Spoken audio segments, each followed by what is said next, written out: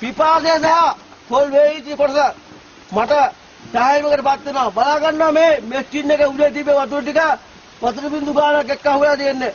මට මේ හොඳටම ඇති මගේ පිපාසය නිවා ගන්න පැහැදිලිද? ඇයි ඔබ? එහෙනම් සොල්දාදුවෝ වශයෙන් කිරිබහන වැඩ කරන්න ඉගෙන ගන්න පැහැදිලිද? ඇයි ඔබ? මට මුගෙන් පණ වැළඳ?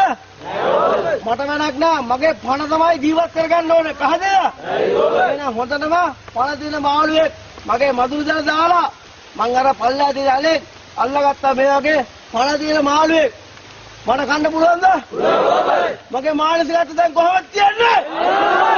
ඊටාම අවදානම් තත්ත්වේ මාළුවෙක් හරි කාලා මං ජීවත් වෙන්න පැහැදිලිද? ඇයි ඔබ?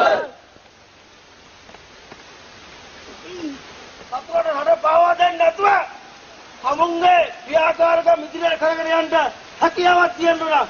පුළුවන් නෑම කරන්න. පුළුවන් කරන්න බෑ. මට දියා ගන්න ඕන සෝල්දාජ පුරාම ළඟක් නෙවෙයි. ඊටාම සෝල්දාජ ගතියෙන් තමයි හැම වෙලේම වැඩ කරන්න ඕන. කරන්න පුළුවන් නොකරම.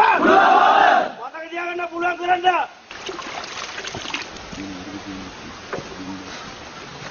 මට දියා ගන්න ඕන මුල්ලා. සෝල්දාජ වශයෙන් මතක තියාගන්න ඕන මේකට කඩුස්සෙක් ගැරන්ඩියේ ගෙම්බෙක් කක්කොට්ටෙක් වුණත් දාලා තම්බල බොන්න පුළුවන්ද බොන්න?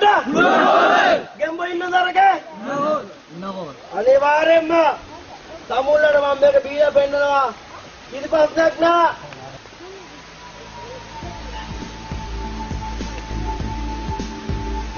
හැබැයි තමුල්ලගේ තියෙන රෝග නිට්ටාවට මේකෙන් සුව වෙනවා. පැහැදිලිද? පියාවේ ජීවිතය අසරපද තුමනේ.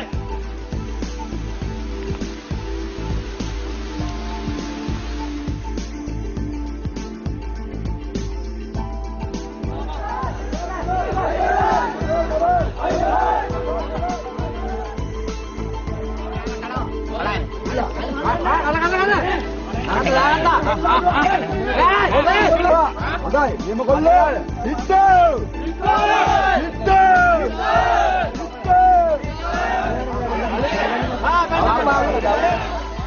අවසානයි ඉතිරි වැඩ